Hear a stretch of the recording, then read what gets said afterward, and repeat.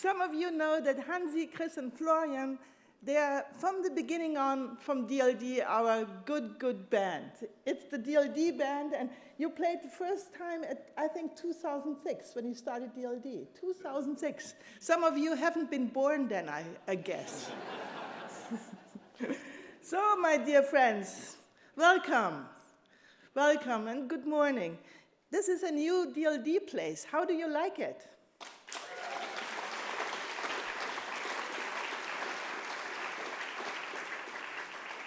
And the weather is fine. I made it for you. So, my friends, as you know, probably, today it's all about circularity, an economic model that aims to keep everything we use and produce in a closed loop. And we are here today to find out about the necessary, tangible assets behind that model. And tomorrow, at the DLD AI Summit, we are looking into the transformative power, in the enormous transformative power of artificial intelligence, discussing where we currently stand in this most exciting technology of our time. Changes everything, I assume. It wouldn't be DLD, of course, if we didn't also carve out the creative overlap between both topics, circularity and AI. I strongly believe circularity and AI play a complementary role in solving global challenges. And of course, they both offer new opportunities for us, exciting new opportunities for us. That is why both circularity and AI are intertwined in the program. For today, I want to start with a little teachery, Lehrer challenge. Here, where are they? Here are images of animals, plants, and flowers of my common in Bavaria, my home place. Who of you, my friends, can tell me their names? You are laughing. Why? Not so many of you raise your fingers. I have a statement. How can we save our place, our planet? How can we be cosmopolitan thinkers if we don't even know our closest environment? How can we save the world if we not stand with our feet on the ground? If we don't know what's happening at our very own doorstep, we are alienated from our roots. And alienation, my friends, on a personal and societal level, is toxic, very toxic.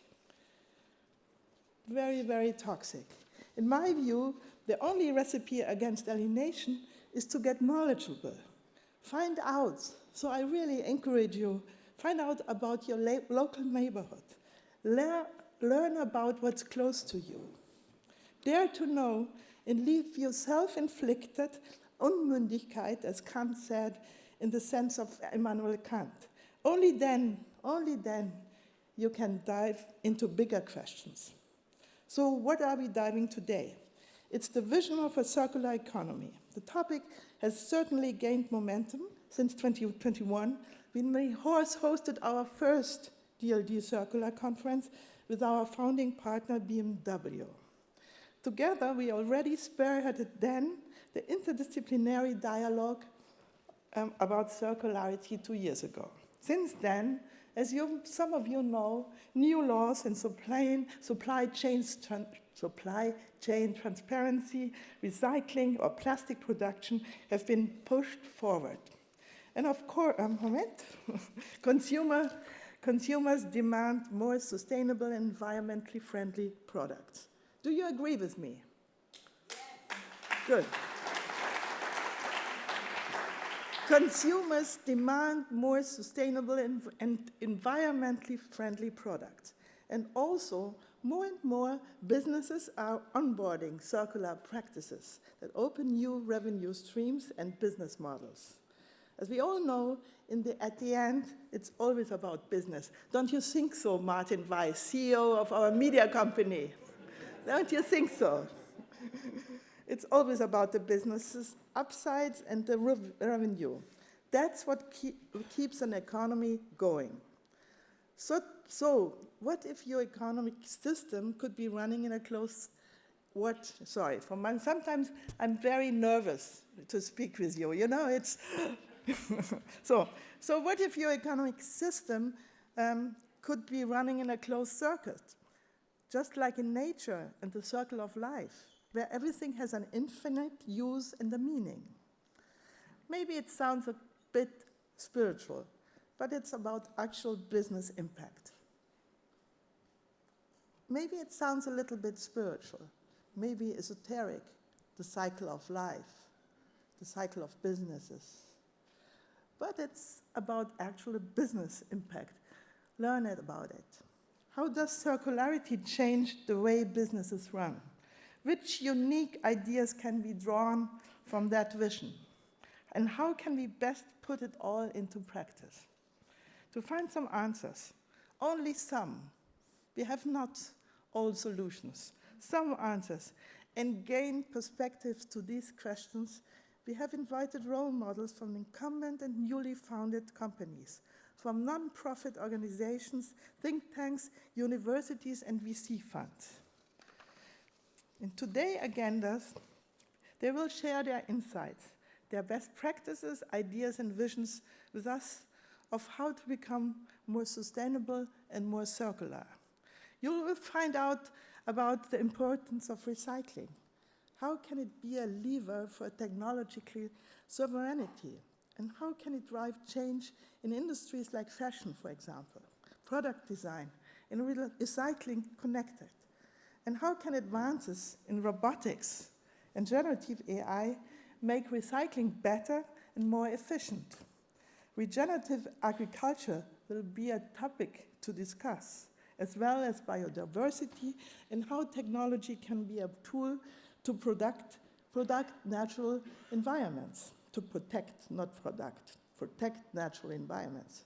Be it in calculating ecosystem credits for carbon trading or combating wildfires. We hear how the quest for finding boundless and circular energy sources is at the core of solving climate crisis and prompting economic growth. Probably is this to be the silver bullet for many of our current challenges. New materials that replace less impactful ones are, of course, also must in the agenda.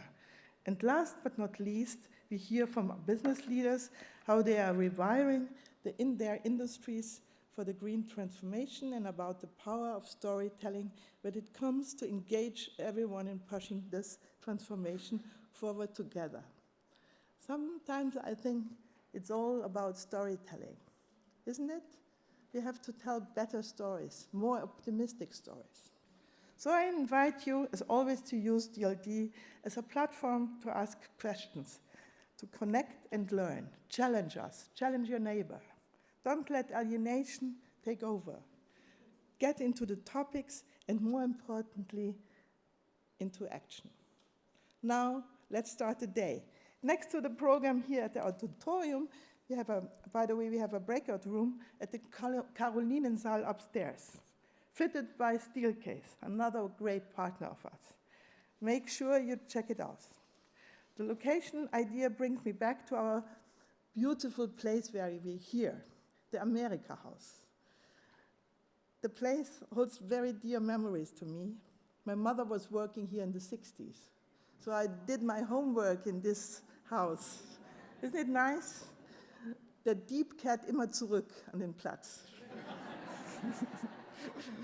When I was a teenager, I came here to watch American movies in this very room, or read US magazines like Interview by Andy Warhol, yes, in the late 60s, Sports Illustrated, or Time in the Library here. While the library is probably not the focus point of the America House anymore, this house remains a crucial institution for the important transatlantic dialogue and for education, culture, research, and the pressing topics of our time. So, my dear friends, please welcome Meike Zwingenberger, our host of today. Well, welcome. Good morning, everybody. And thank you, Steffi, first of all, for this very personal introduction to the America House. It's wonderful that we can have DLD here for the first time with this large audience. Dear Steffi, dear Mayor Katrin Habenschaden, dear speakers, dear guests, welcome at America House. Thank you for reaching out to us to have this great round of speakers here at America House over the next 2 days. Today we will cover the role of cities in circular economies, critical raw materials, fashion, agriculture, and literature for a changing planet. And tomorrow it will be AI in all shades. Ever since we have moved back to the freshly renovated America House in 2020, it was my great wish, Steffi, she's gone now, but I hope she can hear me. It was my great wish, Steffi, that we would organize an event here with you at America House. Why? Because with every DLD event, you bring together the scientific community and innovative leaders in industry on urgent topics, as you have just described. And the events are looking at technological developments on one side and scientific relations on the other. So this is great. Thank you so much, Steffi. Thank you. And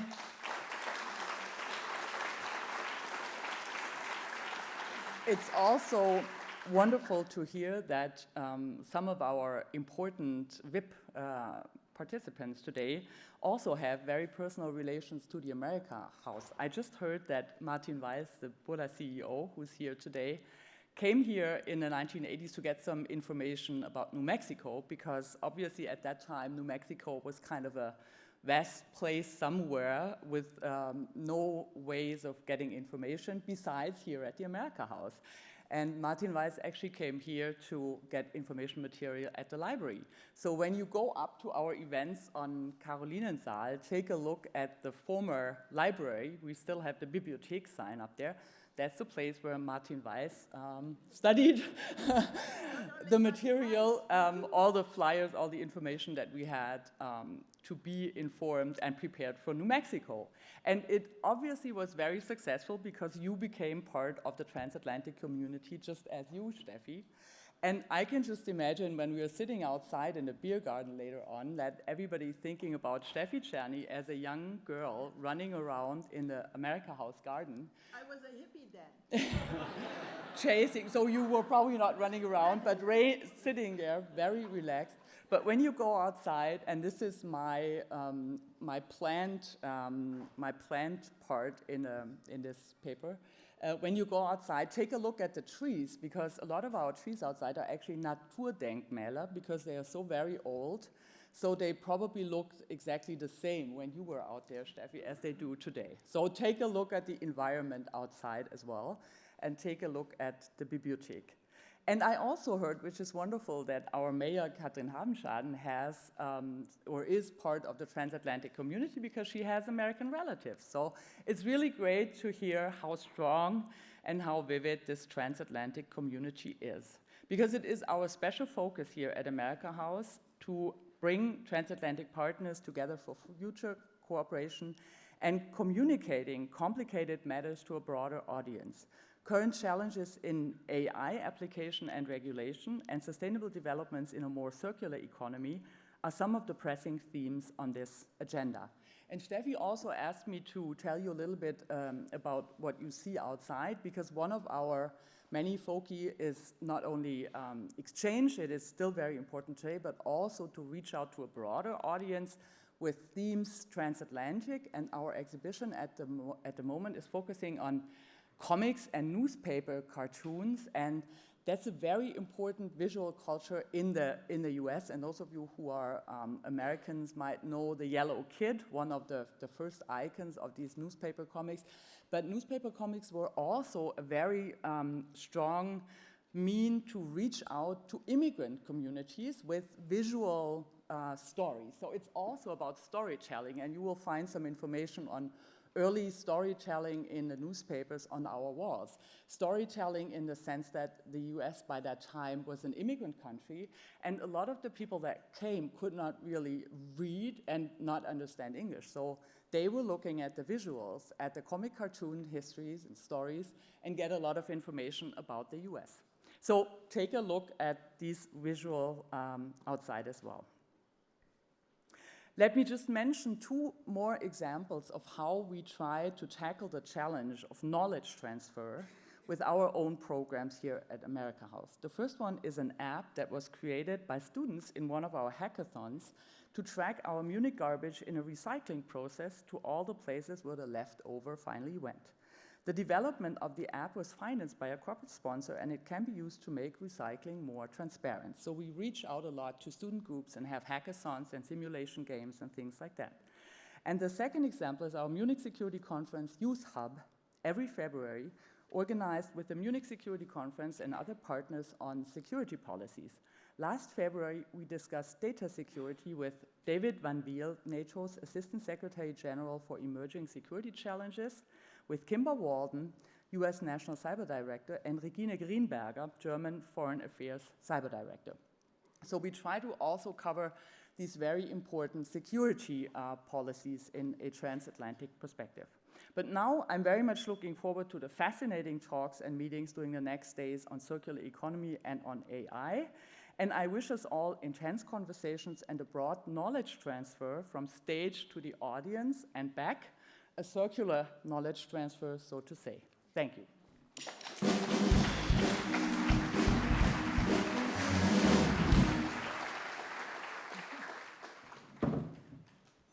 Thank you, dear Meike. Have you seen the cartoon outside? Lucy is asking Charlie Brown, what do you want to achieve in the future? And he said, being perfect. I certainly didn't achieve this. But now I'm very happy to call on stage my friend, my good friend, Katrin. Katrin is one of the role models I have because she dived into politics to change something. She is a member of the Green Party, and she became mayor of Munich, of this wonderful, wonderful city of Munich. Please give Munich a clap.